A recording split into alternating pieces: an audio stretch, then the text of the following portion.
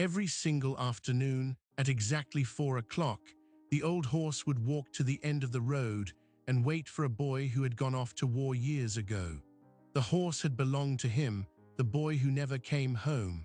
The whole town knew, the whole town watched, and no one had the heart to tell that faithful animal the truth. But what happened on one ordinary afternoon changed everything for every person who saw it. This was not a legend or a fable.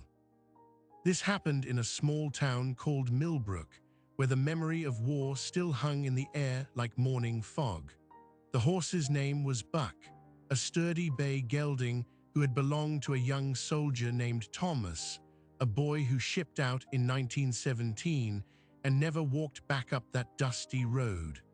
Science now confirms what the townspeople already knew in their bones. Horses never forget the humans they love. But what Buck decided to do that afternoon, after nearly 5 years of waiting, would force an entire community to confront a truth none of them were ready to face. Thomas Harlow was 17 years old when he enlisted. A farm boy with hands that knew the feel of soil and horsehair, he had no business signing up for a war that had already swallowed millions of men halfway across the world. But the propaganda posters were everywhere, the pressure from the recruiters relentless, and the promise of adventure too seductive for a restless teenager to ignore. His mother wept at the kitchen table. His father, a stoic man who had lost a brother in the Boer War, simply shook his hand and told him to come home. Buck was the last to say goodbye. Thomas had raised that horse from a foal, had taught him to respond to a low whistle that no one else could replicate, had spent more hours in the saddle than in the schoolhouse. On the morning he left, Thomas led Buck to the end of the gravel road, to the exact spot where the mail cart stopped twice a week, and he pressed his forehead against the horse's broad cheek. "You wait right here for me," he whispered. "I'm coming back. You understand? I'm coming back." The horse nickered softly, and Thomas walked away without looking back. The war took Thomas to the trenches of France, where the cavalry was being rendered obsolete by machine guns and mustard gas, where horses died by the thousands alongside the men who rode them. Letters arrived at the Harlow farm in erratic bursts, stained with mud and smelling of smoke, each one shorter than the last. Thomas wrote about the cold and the rats and the exhaustion. He wrote about a chestnut mare named Bess who had carried him through a shelling that killed 3 men in his unit. But he never mentioned Buck by name, a detail that his younger sister Clara noticed and never forgot. The letters stopped in the autumn of 1918, just weeks before the armistice. A telegram arrived instead, missing in action, presumed dead. The Harlow family grieved in the way that thousands of families grieved, with empty chairs at dinner tables and uniforms that were never worn again. But Buck did not understand telegrams. Buck understood only the promise that had been made to him at the end of a gravel road. Within days of Thomas's departure, the horse began his vigil. At first it was sporadic, a restless wandering toward the road that the family attributed to boredom or chance. But by the end of the first month, the pattern had hardened into ritual. Every afternoon without fail at precisely 4 o'clock, the time Thomas had always returned from his chores in the East Field, Buck would lift his head from the pasture, walk the quarter-mile to the end of the road, and stand facing the horizon. He would stay there until sunset, sometimes longer, his ears swiveling at every distant sound, his eyes fixed on the empty stretch where the road curved out of sight. Neighbors driving past in their wagons would see him there, a solitary brown silhouette against the fading sky, and they would look away quickly, unable to meet the animal's hopeful gaze. You have to understand something about horses that science has only recently confirmed. Their memory is not like ours, fragmented and unreliable, susceptible to the erosion of time. When a horse bonds with a human, that bond is encoded in the brain with a permanence that borders on the absolute. They remember faces. They remember voices. They remember the specific weight and rhythm of a particular person's footsteps, and they will cross miles of unfamiliar terrain to return to someone they love. The townspeople of Millbrook did not need peer-reviewed studies to know this. They watched Buck wait day after day, month after month, season after season, and they understood that they were witnessing something sacred and unbearable, a living monument to a love that refused to accept loss. For years, the ritual continued unchanged.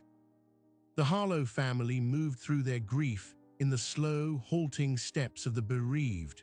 Thomas's mother planted a rose garden beside the porch where her son had once sat sharpening his pocket knife. His father sold the east field to a neighboring farm and never spoke of it again. Clara, the younger sister, kept Thomas's photograph on her dresser and her questions locked in her heart, and Buck waited. The children of Millbrook grew up knowing the horse at the end of the road as a fixture of the landscape, as permanent and predictable as the church bells on Sunday morning. The adults learned to avert their eyes. No one spoke of it. The silence around Buck's vigil became a kind of compact, an unspoken agreement that the pain of the thing was too raw to acknowledge aloud. But everything compact eventually breaks. And the person who would shatter this one was already on his way to Millbrook, riding in the back of a dusty automobile, carrying a secret that had festered in the dark for nearly 5 years. The automobile pulled into Millbrook just as the church bell tolled 3 in the afternoon. It was a battered Model T, its paint scoured by gravel roads and its engine wheezing like a tired draft animal. 2 men sat in the front. The driver was a local merchant named Silas Webb, who had spent the morning in the county seat picking up supplies and now had an unexpected passenger riding beside him. That passenger was a young man in his early 20s, gaunt to the point of emaciation, with a scar that ran from his left temple down to the corner of his jaw, pulling at the skin so that his face seemed permanently caught between a smile and a grimace. He wore a faded army coat that had seen better days and carried no luggage except a small canvas satchel clutched in his lap. Silas had found him standing at the crossroads outside town, thumb outstretched, and against his better judgment, he had offered the stranger a ride.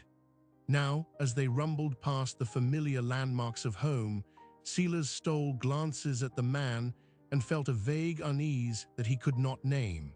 The stranger did not speak much during the journey. He stared out the window with an intensity that made Silas uncomfortable, his eyes sweeping across the fields and farmhouses as if searching for something specific. When they passed the Harlow farm, the man sat up sharply and pressed his face against the glass.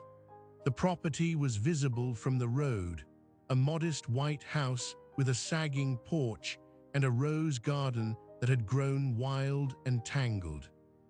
In the pasture beyond, a bay horse stood motionless, head raised, looking toward the road with an expression that Silas had seen 1,000 times and never learned to stomach. The stranger made a sound, something between a cough and a sob, and Silas asked if he was all right. The man did not answer. He simply watched the farm recede in the dust behind them, his knuckles white on the satchel, his breath fogging the window glass. Silas dropped the stranger at the boarding house on Main Street, where a room could be had for 50 cents a night. The proprietor, an elderly widow named Mrs. Gable, took one look at the scarred young man and quoted him a price double the usual rate, but the stranger paid without argument, pulling crumpled bills from his satchel and counting them carefully on the counter. He signed the register with a name that meant nothing to Mrs. Gable, James Wheeler. But the hand that wrote it was unsteady, and the ink blurred where the pen had paused too long on the paper. The widow showed him to a cramped room on the second floor, and the stranger closed the door behind him and did not emerge for the rest of the evening. The town, small as it was, noticed his arrival within hours. A stranger in Millbrook was an event, and a stranger with a face like that was a subject of instant and intense speculation. The next morning, the man who called himself James Wheeler walked to the general store and stood in the doorway, surveying the street with the hypervigilance of someone who had spent years sleeping with one eye open. He asked the store clerk, a round-faced girl named Agnes, about the Harlow family. Were they still on the farm? How many of them were left? And the horse, the bay gelding, was he still alive? Agnes answered warily, watching the stranger's scarred face, noting the way his hands trembled slightly when she mentioned that Thomas Harlow had been missing since 1918 and that the horse, Buck, still walked to the end of the road every afternoon at 4 o'clock. The stranger absorbed this information in silence, then turned and left without buying anything. Agnes watched him go and felt a chill that had nothing to do with the morning air. At 3:45 that afternoon, the stranger positioned himself at the bend in the road where the Harlow property met the county lane. He stood in the shadow of an old oak tree, partially hidden from view, his eyes fixed on the pasture gate. The horse emerged on schedule, pushing through the gate with a practiced nudge of his nose, and began his methodical walk toward the road. Buck was older now, his gait stiffer than it had been 5 years ago, his coat flecked with gray around the muzzle, but the determination in his stride was undiminished. The horse reached his usual spot, a patch of packed earth worn bare by years of patient waiting, and turned his face toward the horizon. His ears swiveled forward, scanning for sounds that never came. And then the stranger stepped out from behind the oak tree. He walked slowly, favoring his left leg, the limp now obvious. When he was 30 yards from the horse, he stopped. The horse did not turn. For a long moment, nothing happened. The stranger stood there, his scarred face unreadable, his hands hanging at his sides. Then he raised 2 fingers to his lips and let out a whistle, low and melodic, 3 descending notes that cut through the quiet afternoon like a blade. Buck's entire body went rigid. The horse's head snapped around, his nostrils flaring, his ears pinning forward and back in rapid succession. He took a hesitant step toward the stranger, then another, his neck stretched out, his breath coming in short, sharp puffs. And then, in a movement that would be described in Millbrook for generations, the old bay gelding broke into a trot. Not the stiff, careful trot of an agging workhorse, but the eager, bouncing stride of a young animal, the same stride he had used years ago when Thomas Harlow would come home from the fields and call his name.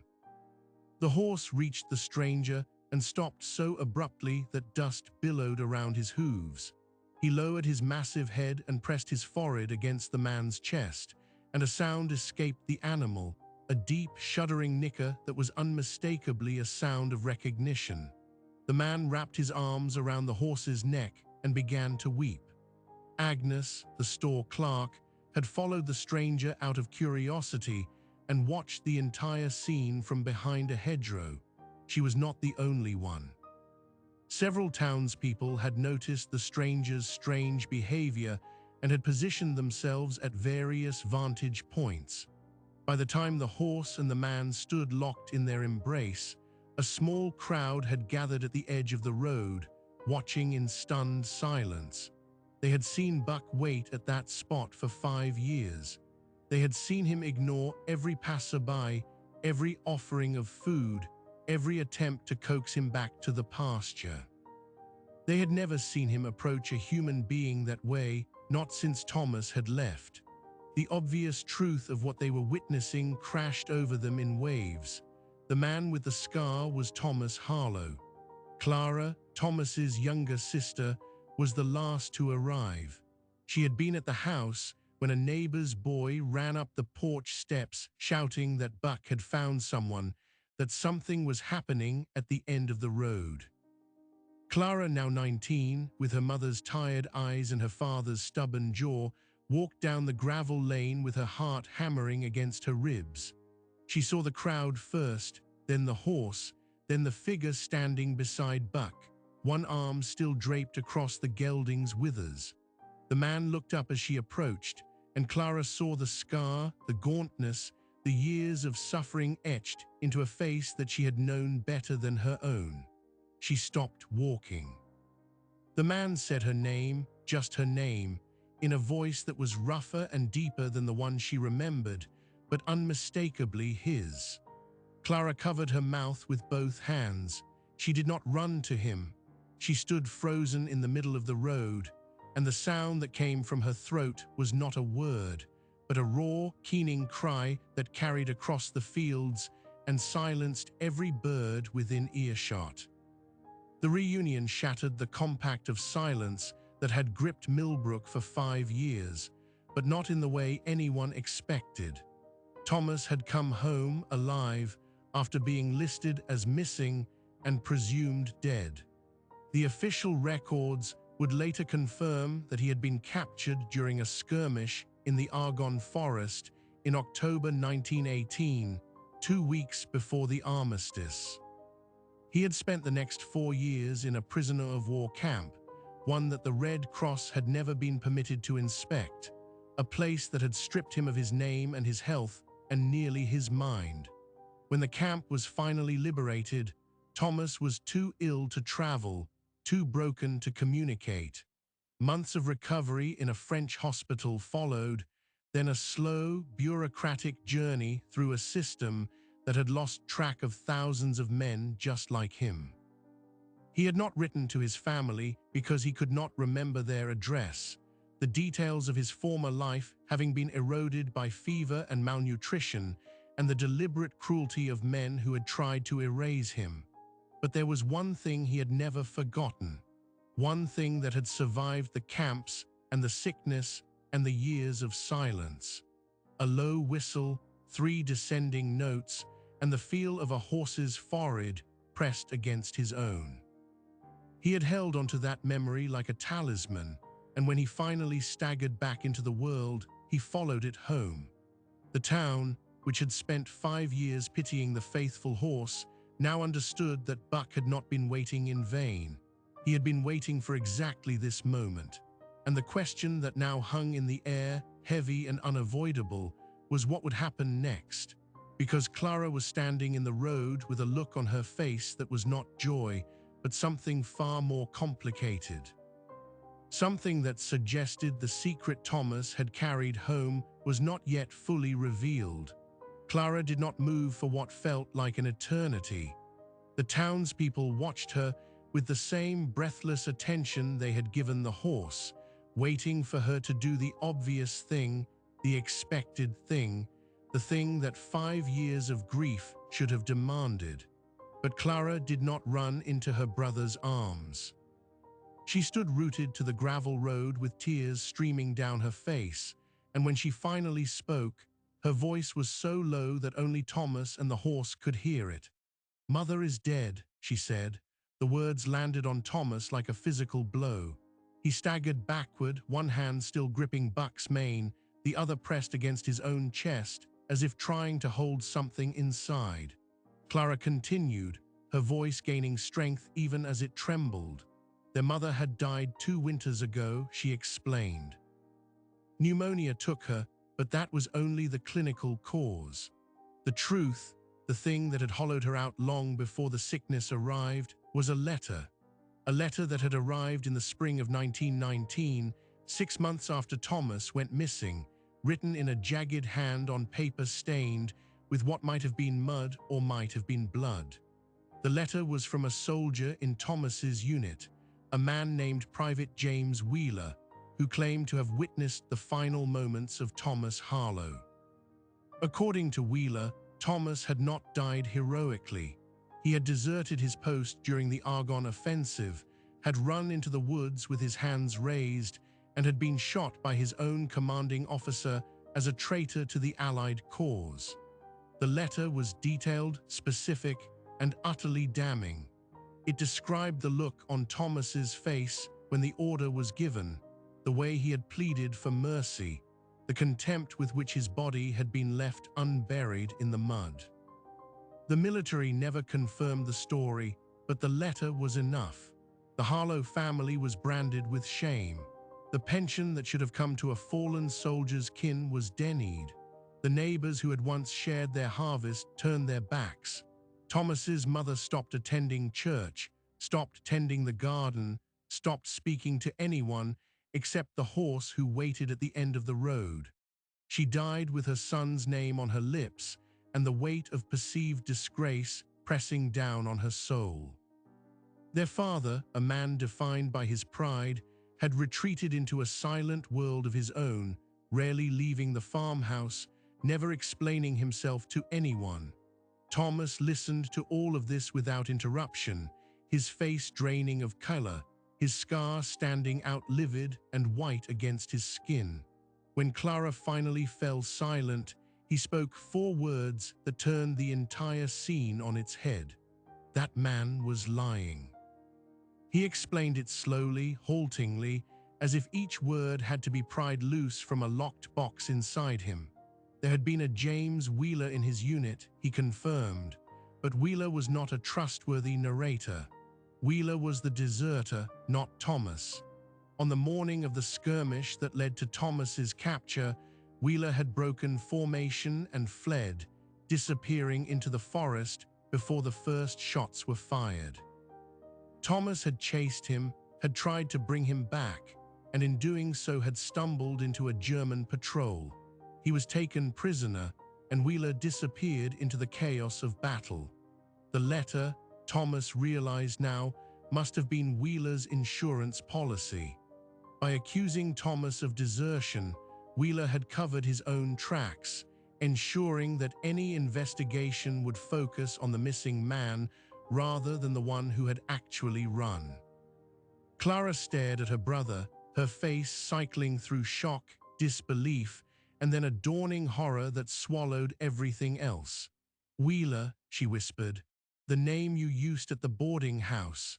Thomas nodded grimly. When he was finally released from the hospital in France, he had no identification, no papers, nothing to prove who he was. The army bureaucracy had lost his records, and the name Thomas Harlow triggered nothing but blank stares from exhausted clerks who had processed thousands of dead and missing. Desperate to get home, he had done something that shamed him even now. He had found Wheeler's abandoned kit, taken the identity papers inside, and used them to book passage across the Atlantic. He was James Wheeler on the ship manifest, James Wheeler on the discharge paperwork, James Wheeler to everyone who had asked. He had come home under the name of the man who had destroyed his family. The irony was so cruel that it felt like divine punishment for crimes he had never committed. The crowd that had gathered at the edge of the road was now large enough to block the lane entirely. They had heard everything, and the murmuring that rippled through them was a storm building at sea. Silas Webb stepped forward, his face pale beneath the brim of his hat. He was a man who had known the Harlow family his entire life, who had watched the horse wait at the road for half a decade, who had just given a ride to a stranger without realizing he was ferrying a ghost into the heart of a wound that had never healed. "There's something you need to know," Silas said, his voice cracking. "James Wheeler is not a dead man either. He lives 2 counties over, under a different name, but people around here know who he is. He came back from the war with a chest full of medals and a story about surviving behind enemy lines. He's been treated like a hero." The silence that followed was absolute, broken only by the sound of Buck exhaling softly against Thomas's shoulder. The next hour was a blur of motion and emotion. Clara, finally breaking free of her paralysis, threw herself into her brother's arms, sobbing against his chest with a force that almost knocked him off his feet. The horse stood beside them, patient and watchful, as if he understood that his job was not yet finished. The townspeople dispersed, but the news traveled faster than any automobile could carry it. By the time the sun began to set, every household in Millbrook knew that Thomas Harlow was alive, that the letter had been a lie, and that the man who had written it was still walking free with honors he had not earned. The Harlow farmhouse, dark and shuttered for years, filled with light that evening. Clara built a fire in the kitchen stove and set water to boil while Thomas sat at the same wooden table where he had once eaten his mother's cooking, his head bowed, his hands clasped in front of him like a man praying. The door to the back room creaked open and their father appeared. He was a gaunt spectre of the robust farmer Thomas remembered, his clothes hanging loose on a frame that had shrunk in on itself. He crossed the room without speaking, pulled out a chair, and sat down across from his son. For a long moment, the two men simply looked at each other. Then the old man reached out, took Thomas's hand in both of his, and pressed his forehead against his son's knuckles. Neither of them spoke a word, but the sound of their combined breathing filled the kitchen and made Clara turn away with fresh tears. But the reckoning was only beginning. Word of Thomas's return and the truth about Wheeler reached the county seat before midnight. The sheriff, a practical man named Aldridge, who had been a young deputy when the war ended, sent a telegram to the Military Records Office requesting emergency verification. The response arrived before dawn, 3 lines that confirmed what Thomas had already told them. Private James Wheeler of the 117th Infantry had been officially censured for desertion on October 4, 1918, but the charge had been dropped after he produced a sworn statement implicating another soldier. The soldier he implicated was Thomas Harlow. The case had been closed without trial because the accused was presumed dead. It had stayed closed for 5 years, entombed in filing cabinets and forgotten by everyone except the people whose lives it had destroyed. Now, with Thomas alive and willing to testify, the entire machinery of military justice could be reactivated. But that would take time, and Thomas had something more immediate in mind. He had spent 4 years in a prison camp and 1 year fighting his way home, only to find his mother dead and his father broken.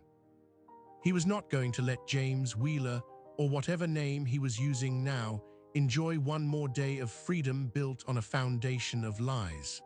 The townspeople, who had once been silent out of shame, now mobilized with a righteous fury. A group of men gathered at the general store, sealers among them, and began organizing a conv to confront Wheeler. They would leave at dawn.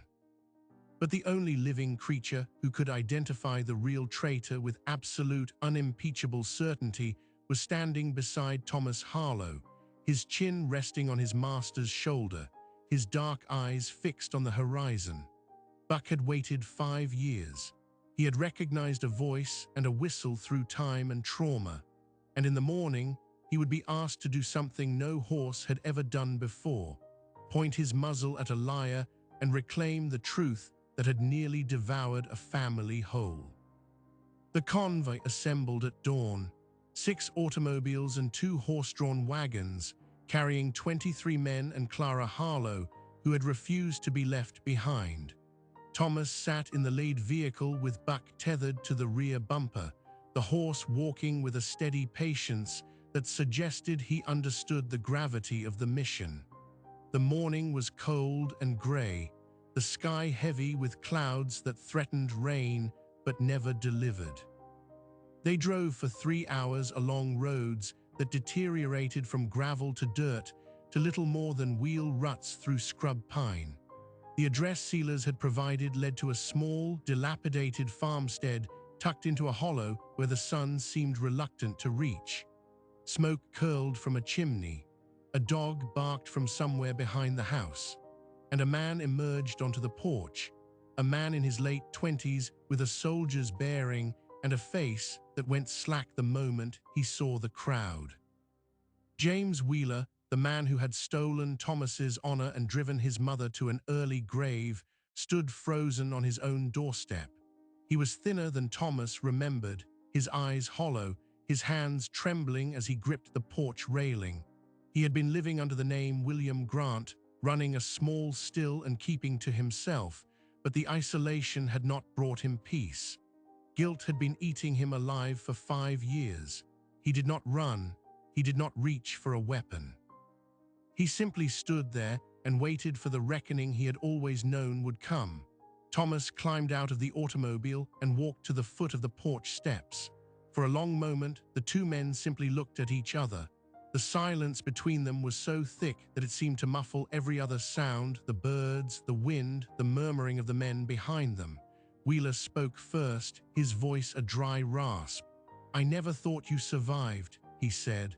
"I told myself you were dead. I needed you to be dead." Thomas did not answer with words. He turned around, raised his fingers to his lips, and whistled the 3 descending notes that Buck had ingrained in his memory since before the war. The horse lifted his head from the back of the automobile and walked forward. The crowd parted to let him pass. Buck moved with a deliberate, measured gait, his ears swiveling between Thomas and the man on the porch. When he reached the steps, he stopped and looked at Wheeler.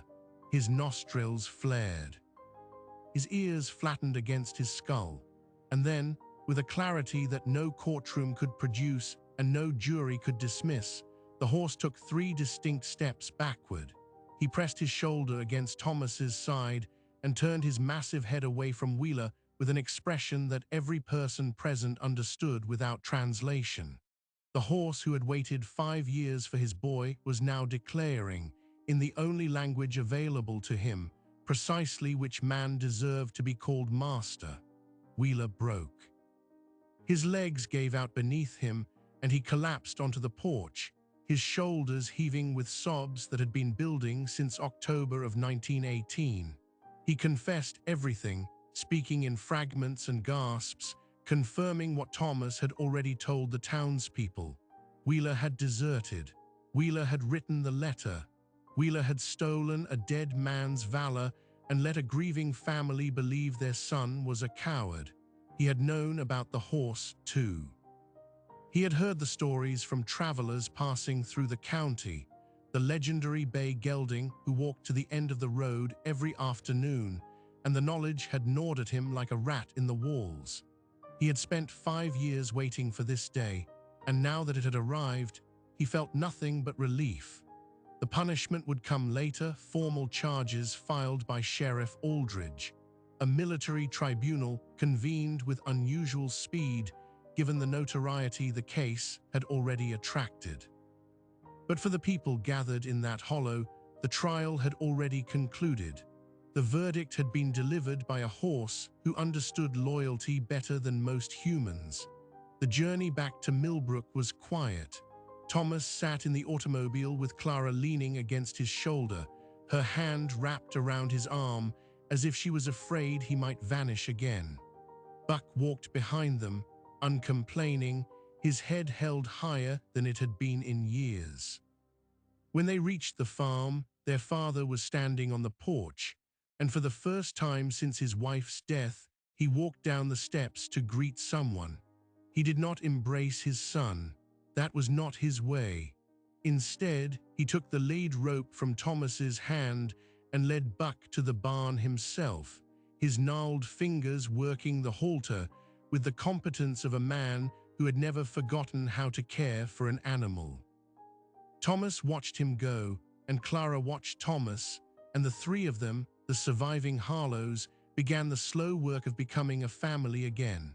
The story of Buck and Thomas spread far beyond Millbrook. By the end of the month, newspapers in Chicago and New York had picked it up. The headline in the Tribune read, "Horse identifies traitor after 5-year vigil." Readers who had been hardened by a decade of war and economic collapse found themselves weeping over their morning coffee. Letters arrived at the Harlow farm by the sackful, addressed to Thomas and Clara, and sometimes simply to the horse named Buck. Some contained money, which Thomas used to repair the barn and replace the rusted plow. Others contained confessions from veterans who had carried their own secrets home, men who wrote that the horse had given them the courage to finally tell the truth. But the letter that mattered most arrived on a Tuesday in late autumn, in an envelope bearing the seal of the United States Army. It was a formal exoneration, signed by a general whose name Thomas recognized from the war. The letter restored his rank, his pension, and his honor. It acknowledged that the military had failed him grievously, and it offered, as a small measure of restitution, a sum of money that would have seemed like a fortune before the war, but now felt like little more than a gesture. Thomas read the letter 3 times, then folded it carefully and placed it in the drawer where his mother had kept the false accusation. He did not speak of it again. Buck continued to walk to the end of the road every afternoon, but now there was a difference. Now, when he reached his spot and turned his face toward the horizon, he was not alone. Thomas walked with him, his limp growing less pronounced with each passing week, his hand resting on the horse's withers. They would stand together as the sun sank low, 2 survivors of separate wars, saying nothing and everything. Neighbors who passed in their wagons no longer turned away. They waved, they smiled. Some of them wept, but the tears were different now, no longer bitter with the taste of helpless pity, but sweet with something that had been missing from Millbrook for a very long time. And then one afternoon, more than a year after Thomas had returned, Buck did something he had never done before. He reached his spot at the end of the road, stopped for exactly 1 minute, and then turned around and walked back toward the barn. Thomas watched him go, understanding immediately what the horse was telling him. The vigil was over. The promise had been kept. The boy had come home, and the waiting was finished. Thomas stood alone at the end of the road for a long while after Buck disappeared into the barn, feeling the weight of all the years the horse had spent there, the rain and the snow and the crushing silence. Then he followed his friend home. Clara asked him that evening what he was thinking about, and Thomas told her something he had never said aloud before. In the prison camp, when the hunger was worst and the cold was deepest, and the guards were doing things he would never speak of to anyone, he had held onto one image. Not the farmhouse, not his parents, not even his sister's face. He had held onto the image of a bay horse standing at the end of a gravel road with his ears forward and his eyes on the horizon. That image had kept him alive. It had been a promise he made to himself that if he survived, he would return to the exact spot where the horse waited. He had survived. He had returned.